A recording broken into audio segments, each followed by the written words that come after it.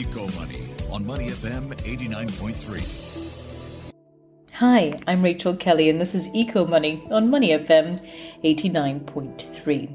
Now, listed companies are on path to warm the planet by 2.7 degrees above pre-industrial levels this century. That's according to the latest MSCI Net-Zero Tracker. The number is well above limiting the rise in average global temperatures to 1.5 degrees Celsius above pre-industrial levels.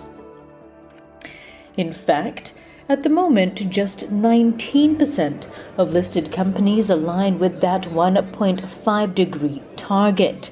That's the threshold above which scientists say the risk of catastrophic climate hazards increases significantly.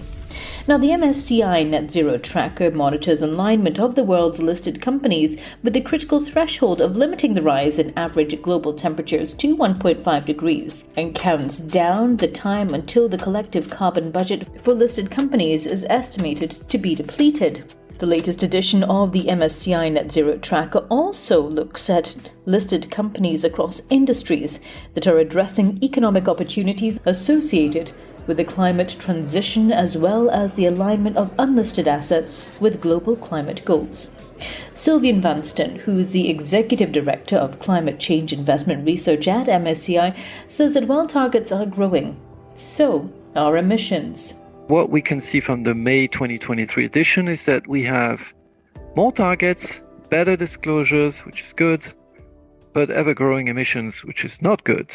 We wish we would have it the other way around, obviously, because at the end, success is measured by emissions going down. The IPCC tells us in the latest AR6 report, which came out a few weeks ago, that we still have an increasingly shorter window to act to achieve net zero by 2050, which is what will get us under 1.5 degree warming by the end of this century. So more targets, better disclosures, but unfortunately more emissions. When COVID hit, we could see emissions going down, obviously, because economic activity has slowed.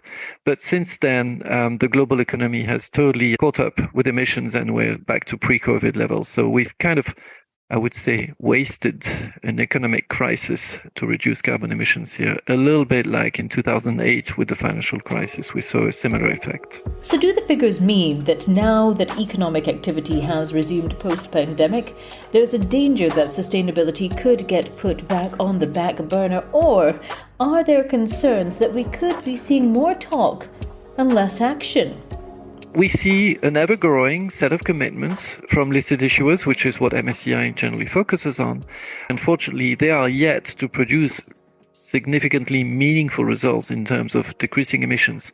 So the theory is obviously that if you are a large corporate with a very public commitment to reduce your emissions, especially if it's in line with the goals of the Paris Agreement, all other things being equal, then you're more likely than your peers to actually reduce your emissions in the following years. So we might have good news in store for the future, but taken as a whole, global economy, all regions, all sectors combined, we see growing emissions. So what we see, for example, extrapolated over 2023 in the latest Net Zero Tracker, global emissions just from listed issuers in ACWI IMI, so that's the 9,300 largest listed issuers in the world, we see emissions of 11.2 gigatons in 2023, which is the same as 2022. And that's a world record. And you have to compare this to global emissions, everything taken into account, non-listed and even non-economic related emissions of 60.2 gigatons. So think that listed issuers generally represent about 1/6 of the emissions, and they are still going up. Now, because we have the Paris Agreement, which is now generally understood as trying to contain global warming under 1.5 degree, that gives the world and world leaders a roadmap which can be converted into some sort of a carbon budget. So when we apply that budget to listed issuers, we find that if we want to stay under 1.5 degrees, so achieve net zero by 2050, we have about 41 gigatons of budget left. Now, if you extrapolate the current rate of emissions, 11.2 gigatons, that budget will be burnt by October 2026. This is pretty soon, of course, but even more worryingly, this is actually 2 months earlier than the previous edition of the Net-Zero Tracker at the end of last year. The question is then, what more can be done to get us back on track? And this is where us investors come in.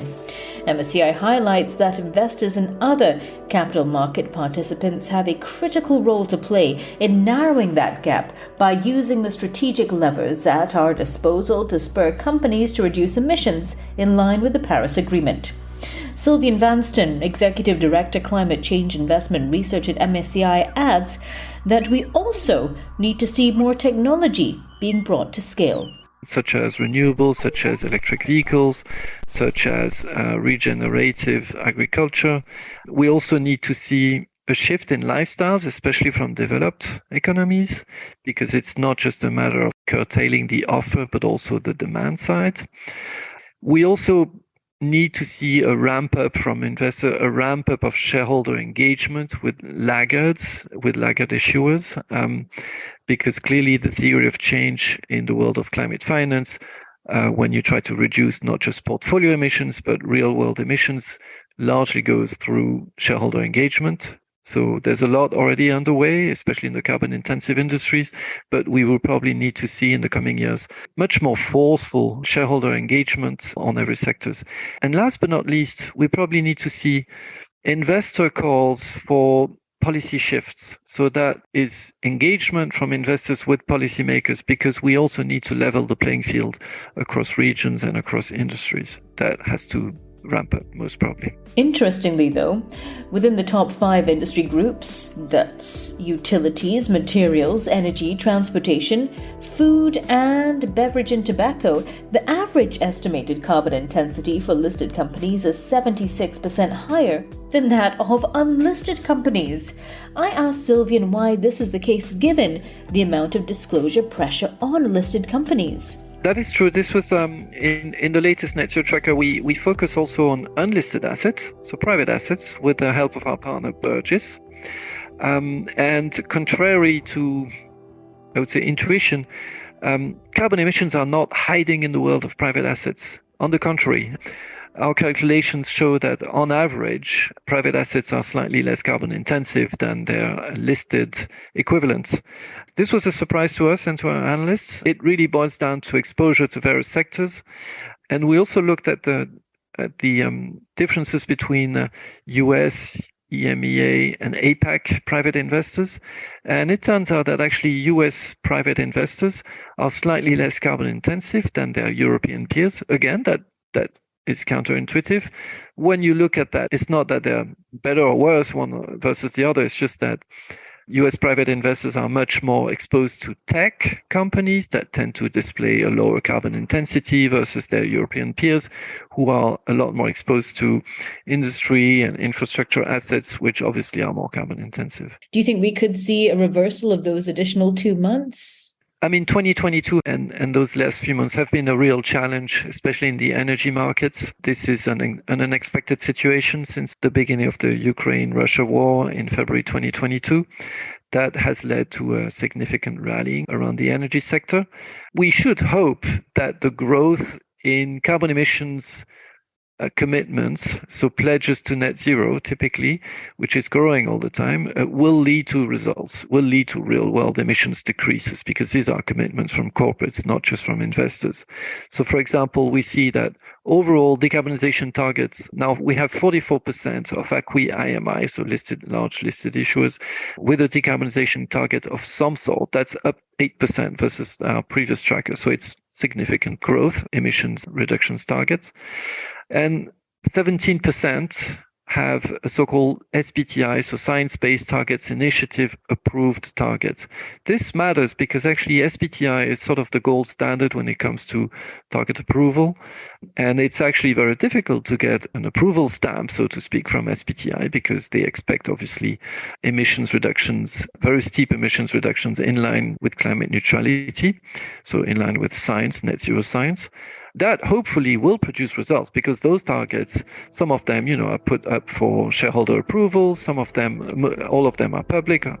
We capture only public information.